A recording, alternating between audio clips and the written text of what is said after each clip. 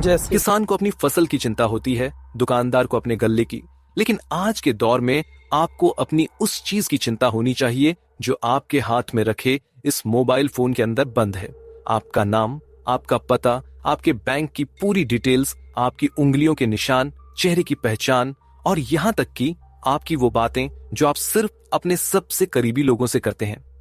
क्या आपको लगता है कि जब आप इंटरनेट पर कुछ फ्री इस्तेमाल कर रहे हैं तो वो सच में फ्री है?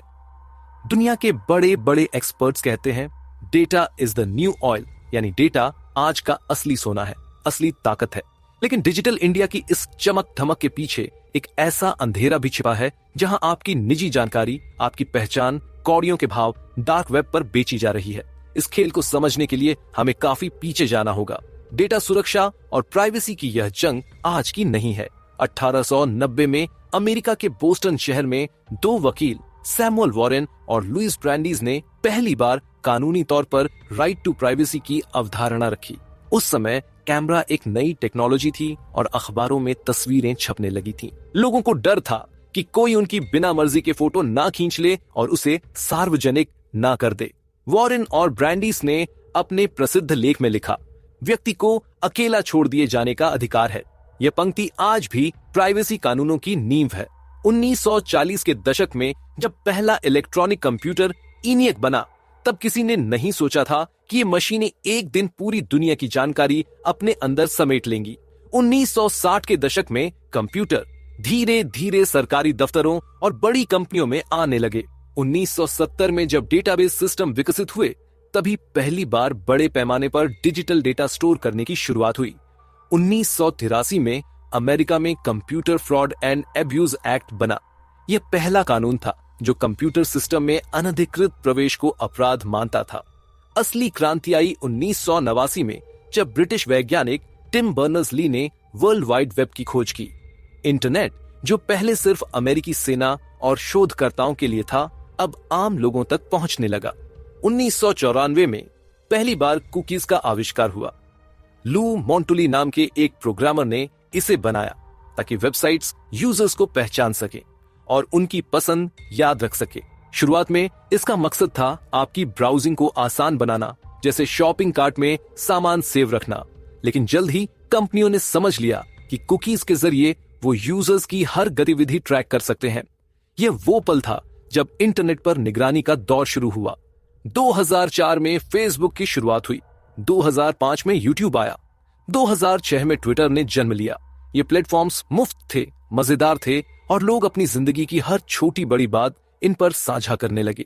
लेकिन कोई नहीं जानता था कि हर लाइक, हर कमेंट, हर फोटो, हर लोकेशन चेक इन सब कुछ डेटा के रूप में स्टोर हो रहा था और उसका विश्लेषण किया जा रहा था। 2006 में ही क्लाइव हम्बी नाम के ब्रिटिश मैथमेटिशियन ने कहा था, data is the new oil.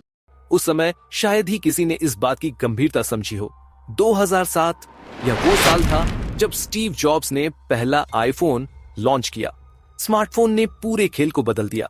अब इंटरनेट सिर्फ कंप्यूटर तक सीमित नहीं रहा, वो हर व्यक्ति की जेब में घुस गया। 2008 में एंड्रॉइड फोन्स आए और भारत जैसे विकासशील देशों में भी डिजिटल क्रांति की शुरुआत हुई। असली भूचाल आया 2018 में जब कैम्ब्रिज एनालिटिका का घोटाला सामने आया। पता चला कि एक ब्रिटिश कंसल्टिंग कंपनी ने फेसबुक के माध्यम से करीब 8 करोड़ 70 लाख लोगों का पर्सनल डेटा बिना अनुमति के हासिल किया था। इस डेटा का इस्तेमाल करके 2016 के अमेरिकन प्रेसिडेंशियल इलेक्शन में डोनाल्ड ट्रंप की कैंपेन को मजबूती मिली। ब्रेक्जिट रेफरेंडम को प्रभावित किया गया। विभिन्न देशों में राजनीतिक विज्ञापनों के जरिए लोगों की सोच को मैनिपुलेट किया गया। यहीं से पूरी दुनिया को समझ आया कि डेटा सिर्फ जानकारी नहीं, बल्कि चुनाव जीतने का, सरकारें बदलने का और लोकतंत्र को प्रभावित करने का सबसे खतरनाक हथियार बन चुका है। फेसबुक के CEO मार्क जकरबर्ग को अमेरिकन कांग्रेस के सामने जवाब देना पड़ा। कंपनी पर अरबों डॉलर का जुर्माना लगा। अब बात करते हैं अपने देश भारत की। भारत में इंटरनेट की शुरुआत 1995 में हुई, जब VSNL ने पहली बार पब्लिक इंटरनेट सर्विसेज शुरू की। शुरुआत में सिर्फ बड़े शहरों में बहुत महंगी और बेहद धीमी 14.4 kbps की स्पीड। 2000 के दशक में साइबर कैफे का दौर था। युवा वहां जाकर ईमेल भेजते थे और कुछ चलाते थे। 2008 9 में 3G सर्विसेज आई, लेकिन डेटा बहुत महंगा था। असली बदलाव आया 2016 में जब रिलायंस जियो ने मुफ्त डेटा के साथ बाजार में धमाकेदार एंट्री की। रातों रात लाखों भारतीय ऑनलाइन हो गए। डेटा की कीमत 10 गुना तक गिर गई। 2015 में जब डिजिटल इंडिया मिशन शुरू हुआ तब भारत में इंटरनेट यूजर्स सिर्फ 20% थे। आज 2026 की शुरुआत में यह संख्या 80% से ज्यादा है। हम 95 करोड़ इंटरनेट यूजर्स के साथ दुनिया का दूसरा सबसे बड़ा ऑनलाइन बाजार बन गए हैं। 2009 में आधार प्रोजेक्ट शुरू हुआ, दुनिया का सबसे बड़ा बायोमेट्रिक आइडेंटिफिकेशन सिस्टम। आज 140 करोड़ से ज्यादा भारतीयों का बायोमेट्रिक और डेमोग्राफिक डेटा एक ही डेटाबेस में है। फायदे तो बहुत हुए, सब्सिडी सीधे खाते में, फेक आइडेंटिटीज पर रोक, सरकारी योजनाओं तक आसान पहुंच। लेकिन सवाल भी उठे, क्या इतना बड़ा डेटा सुरक्षित है? क्या सरकार के पास इतनी इंफॉर्मेशन होना लोकतंत्र के लिए सही है? 24 अगस्त 2017 यह तारीख भारतीय इतिहास में सुनहरे अक्षरों में लिखी गई। जस्टिस के एस पुट्टस्वामी बनाम यूनियन ऑफ इंडिया केस में भारत की सर्वोच्च अदालत ने 9 जजों की कॉन्स्टिट्यूशनल बेंच ने सर्वसम्मति से फैसला दिया कि निजता का अधिकार, राइट टू प्राइवेसी, भारतीय संविधान के आर्टिकल 21 के तहत जीवन और व्यक्तिगत स्वतंत्रता के अधिकार का अभिन्न हिस्सा है।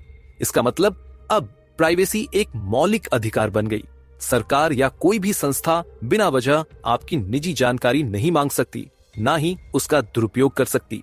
अब बात करते हैं उन आंकड़ों की जो आपको चौंका देंगे। सर्टेन यानी Indian computer emergency response team की रिपोर्ट्स बताती हैं कि 2019 में भारत में 3,94,499 साइबर सिक्योरिटी इंसिडेंट्स दर्ज हुई।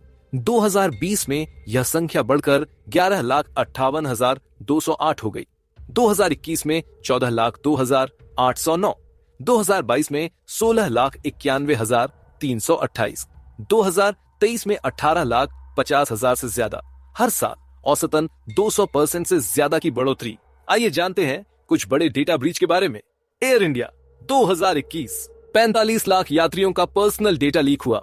इसमें नाम, credit card details, passport information सब कुछ शामिल था। सबसे बड़ी बात, ब्रीच 2021 में पता चला, लेकिन डेटा 2018 से लीक हो रहा था। Domino's India 2021 18 crore order records चोरी हो गए। डेटा डार्क वेब पर बिका।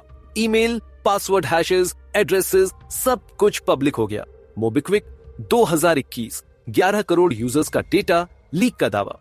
कंपनी ने पहले इनकार किया, बाद में स्वीकार किया। केवाईसी डॉक्यूमेंट्स भी लीक हुए। Aadhaar, PAN card copies. IRCTC 2022 Indian railway की ticket booking site. 3 crore users की डिटेल्स कंप्रोमाइज हुई। फिशिंग अटैक्स में इस डेटा का इस्तेमाल किया गया। फोन पे और पेटीएम यूजर्स 2023-24 लाखों UPI यूजर्स को टारगेट किया गया। फेक एप्स और फिशिंग लिंक्स के जरिए बैंकिंग डिटेल्स चुराई गईं। कुल नुकसान सैकड़ों करोड़ रुपए का।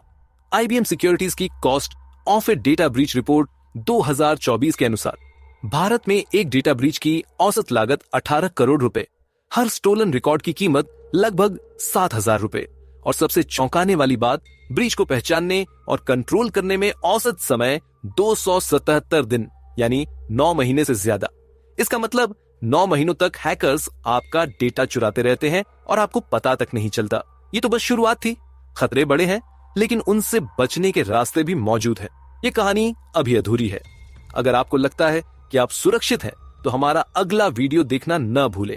अगले भाग यानी पार्ट 2 में हम बात करेंगे साइबर अपराध के अलग अलग प्रकार कौन से हैं, digital personal data protection act 2023 आपको कैसे सुरक्षा देता है, और सबसे जरूरी, एक आम आदमी अपने डेटा को चोरी होने से कैसे बचा सकता है।